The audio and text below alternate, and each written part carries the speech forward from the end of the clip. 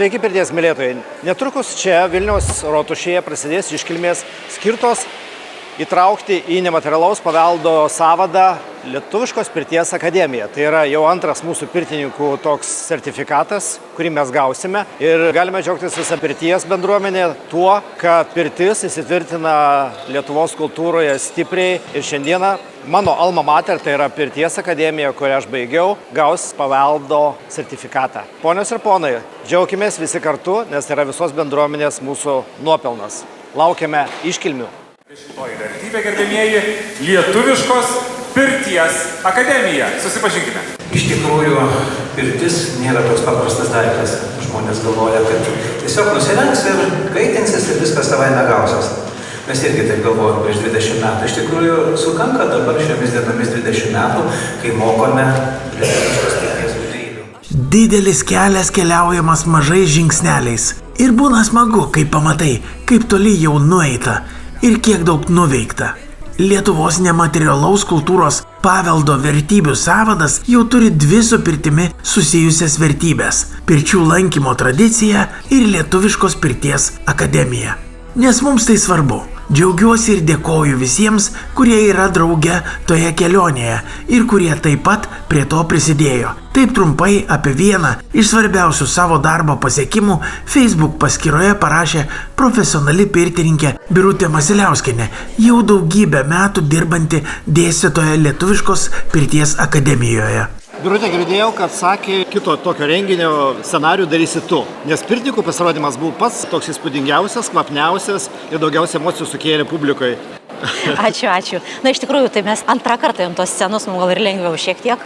Na ir kitas dalykas, tai pirtis yra toksai vaizdingas reiškinys ir ten labai lengva kažką padaryti, nes atnešė vantą, aišku, gaila, kad žmonės kitoje pusėje ekranų to vantų kvapo nejaučia, bet užtenka tik tai atsinešti vantas ir viskas, visi jau pirtyje ir nuotaika yra ir dar jeigu ką nors meti tą vantą, tai iš viso labai smagu.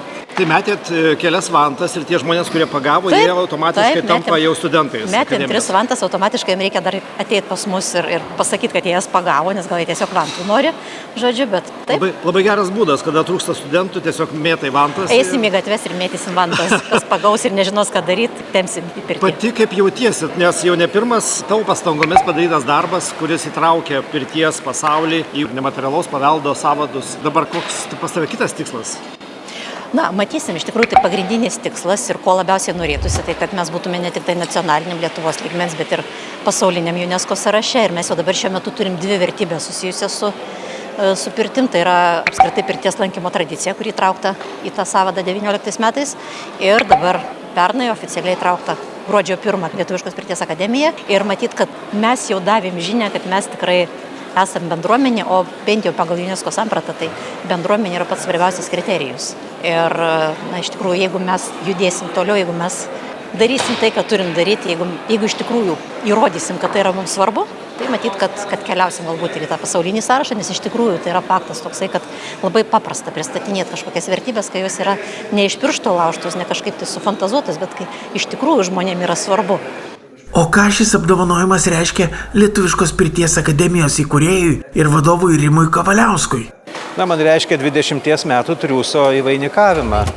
Ir labai įdomu tai, kad gavau man tiesiog iki ašarų graudu, kad iš profesoriaus Luchtano. Nes aš kaip šiandien atsimenu po mokyklos grįžtu, išsitraukiu iš pašto dėžutės Gimtąjį kraštą, Čekuolio redaguotą, atsiverčiu ir ten per visą Gimtąjį kraštą 2 tokie puslapiai, kaip atrado pirtį.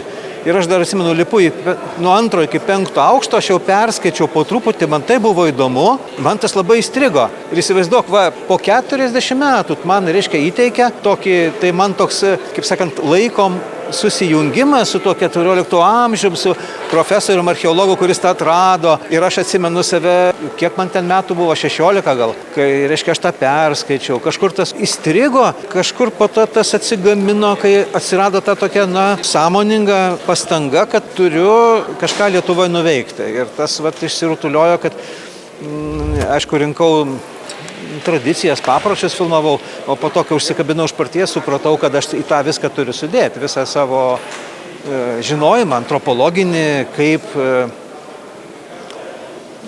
be to antropologinio ir kultūrinio tos patirties turbūt nebūtų buvę to rezultato, nes aš iš mažiausių, sakykime, dėlionės gabaliukų žinojau tarsi, kur juos reikėtų padėti. Ir todėl tai yra turbūt dėsninga, nežinau.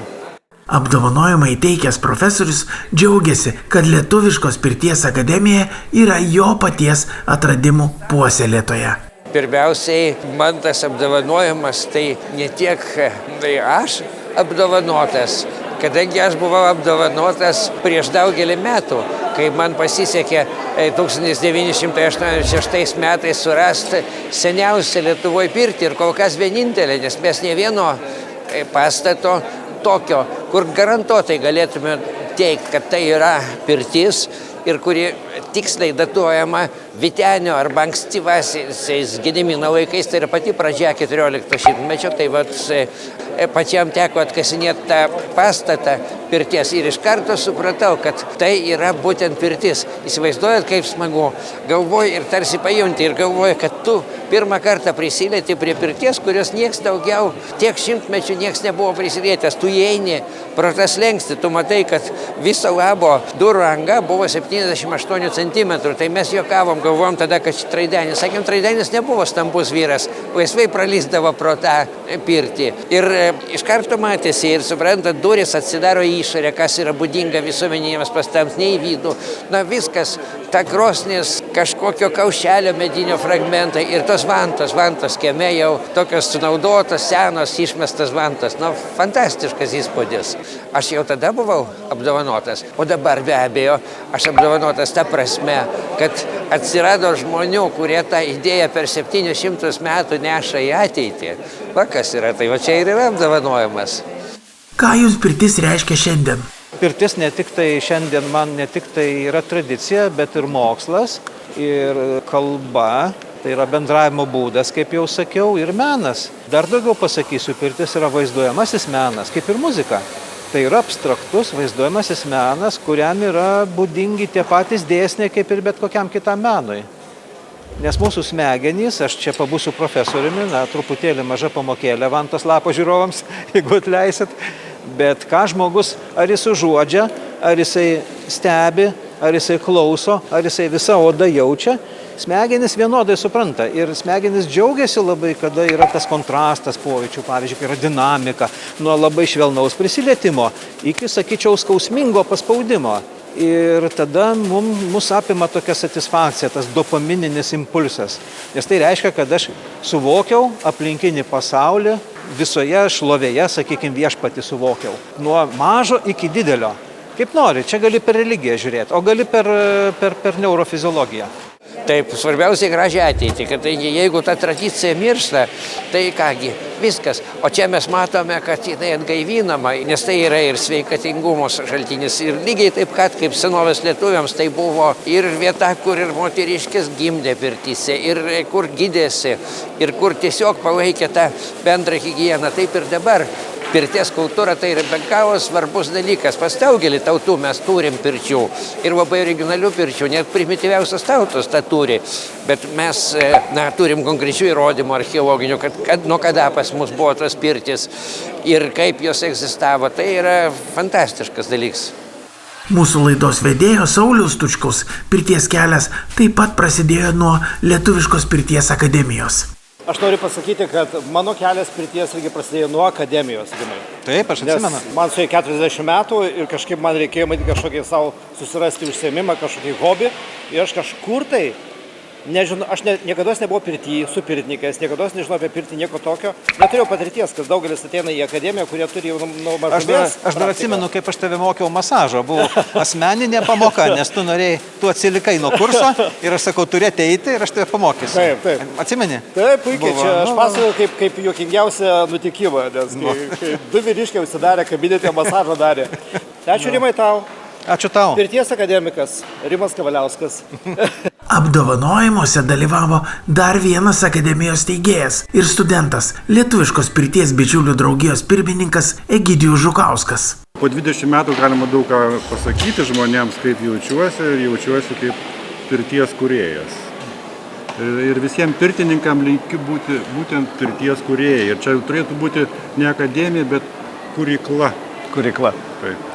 Nes tavo nuo studento pirmojo iki dabar šios dienos, tai turiu pasakyti, kad turi pirtis kelias. Tu priimi žmonės, tu juos pirtini, tai tas kelias pirties pas tave, kaip prasidėjo prieš 20 metų, tai pritęsis ilgšiau. Taip, duok Dieve mums sveikatos. O pirtininkam reikia sveikatos, sakė, ne visi iškenčia. Ir gero garo. Kas toliau? Kokie planai? Netgi Rimai, tu kabinsi vantą, dabar jau ant sienos viskas jau. Ne. Jau gavai tokį apdovanojimą. Bet Dabar kabinsiu aš ant sienos sertifikatą, o vantas į rankas ir rankos tarp kitko matosi ąžuolu. Tiesiai iš pirties į čia. Mes abu esame vantos lapo vedėjai, tai aš manau, kad vantos lapas jau turėtų irgi galimybę patekti į nematerialaus paveldo sąvadą. Pasiaiškinsim? Manau, kad 10 metų. Tiesiog vantos lapas skleidžia idėją apie pirtį. Na, iš esmės, tai vantos lapas, ko gero, irgi atitinka tą patį gerosios praktikos apibrėžimą. Nes iš tikrųjų UNESCO yra 3 sąrašai, tai yra tos vadinamosios nematerialiosios vertybės, toliau yra nykstančios vertybės ir toliau yra gerosios praktikos. Tai yra gerosios praktikos, tai yra tos veiklos, kurios padeda vertybė iš pirmo sąrašo nepapulti antrą sąrašą. Pirties akademija atitiko tą dalyką, na, iš tikrųjų maksimaliai, tiesiog pagavo tą momentą, kad tai neišnyko. Kai dar buvo gyva tradicija, kai dar buvo gyvas poreikis, matot, kas atsitiko, iš tikrųjų yra pirties bumas, grįžimas į tą gyvą tradiciją, gyvą perdavimą ir būtent tai yra vertybė. Ir ne tai, kad darom taip, kaip buvo kažkada. Vėlgi, to pačiu UNESCO požiūrį, jeigu dalykas keičiasi, jeigu jis yra gyvas, reiškia, tai yra gerai, o ne blogai. Ir stengtis daryti taip, kaip buvo prieš 100-200 metų, netgi nereikia. Vėliau ir neįdomu, kažką tai reikia kurti. Taip, ir tai, ką mes darom dabar, bus klasika po 10 metų, 50 metų ar kažkada tai. Ir kažkas skaitys ir tyrinės ir sakys, o mūsų senoliai darė va taip. Tai, žodžiu, mes su tavim jau senoliai. Be abejo. Tai ką, sveikinimai. Ačiū. Sveikiname visus pirties mylėtojus ir linkim ne tik gero garo, bet ir pasiekimų.